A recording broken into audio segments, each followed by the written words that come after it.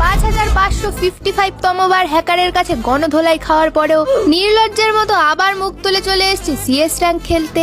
তবে এইবারের ফার্স্ট রাউন্ডে আছে 2 গুলির ছোট ভাই।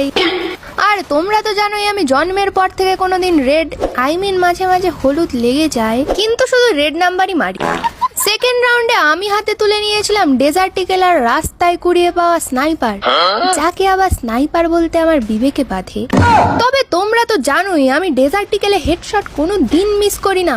হ্যাঁ, শুধু 3 বার মারলে একবার মুন্ডুতে লাগে। তবে আসল কেলোর কীর্তিটা হয় 3 নাম্বার রাউন্ডে গিয়ে, যেখানে আমি প্রথমেই একটা এনিমির কপালে চুমু বসিয়ে তারপর সোজা টুনটুন মাসির লাড্ডু নিয়ে রাশ করতে চলে যাই। এইভাবেই পরপর 3টে এনিমির পিন্ডি চটকে আমি খুঁজছিলাম চতুর্থ শিকারকে, যাকে মারতে পারলে আমি পেয়ে যাব পৃথিবীর সব থেকে বড় প্রো প্লেয়ারের উপাধি। হ্যাঁ, তোমাদের ফ্রিতেই অটোগ্রাফ দেবো। এই তো 4 নাম্বার পথের কাটা।